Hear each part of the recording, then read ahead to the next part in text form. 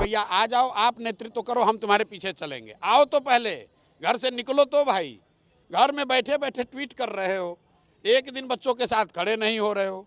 6 घंटा प्रशांत किशोर वहाँ खड़े थे और जब तक खड़े थे किसी बच्चे पर एक लाठी भी नहीं पड़ी। मैंने कहा है कि जिन लोगों ने हमारे जाने के बाद लाठी चलवाई है उन पर लीगल कार्रवाई, जो भी रूल ऑफ लॉ है, ह्यूमन राइट्स है, कोर्ट्स है, उन अफसरों को वहाँ खींच कर ले जाएंगे, छोड़ेंगे नहीं। रात में बच्चों ने 2-2:30 बजे बताया कि वहाँ पर कंबल नहीं है भैया, हम लोग ठंडे में हैं, तो हम वहाँ गए थे देखने। नीतीश जी किस मामले पर बोल रहे हैं कि इस पर चुप हैं। नीतीश जी मुद्दे के किसी बात पर नहीं बोलते हैं।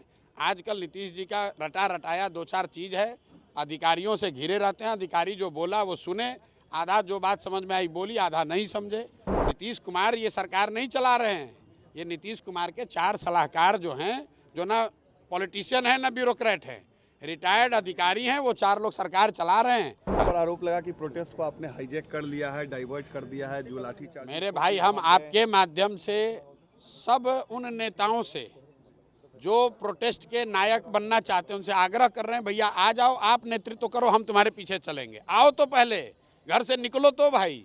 घर में बैठे बैठे ट्वीट कर रहे हो, एक दिन बच्चों के साथ खड़े नहीं हो रहे हो, 1 रुपये से उनको मदद नहीं करते हो, एक बार वहाँ खड़े नहीं होते हो।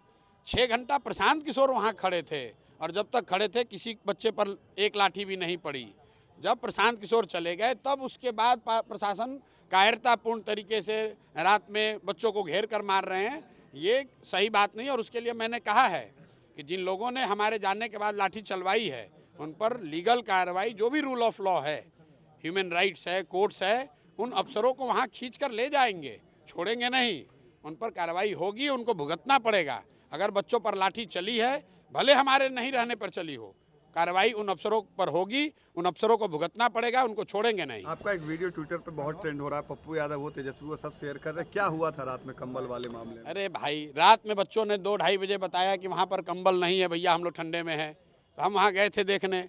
2 लोग वहाँ पहले से टुटपुंजिया कोई बैठे हुए हैं, अपना हल्ला गुल्ला कुछ कर रहे थे। वो जो बच्चे वहाँ बैठे हुए हैं उसको चिंता नहीं है, उसकी चिंता है कि अब गर्दनी बाग में हम इसके नए मठाधीश हो जाएं।